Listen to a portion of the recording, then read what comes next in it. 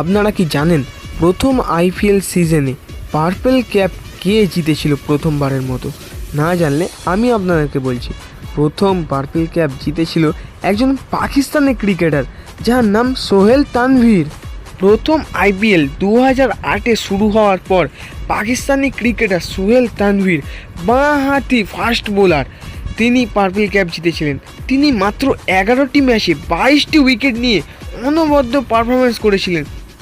তিনি যে ম্যাচটি সবথেকে ভালো খেলেছিলেন সেটা হচ্ছে সিএসকের বিরুদ্ধে, মাত্র 14 রান দিয়ে 6টা উইকেট নিয়েছিল।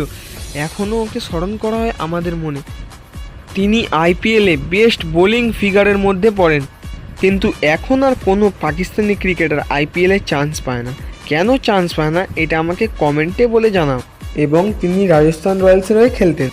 এই রকমই মজাদার ভিডিও দেখার জন্য আমার চ্যানেলটা সাবস্ক্রাইব করো। Thanks for watching.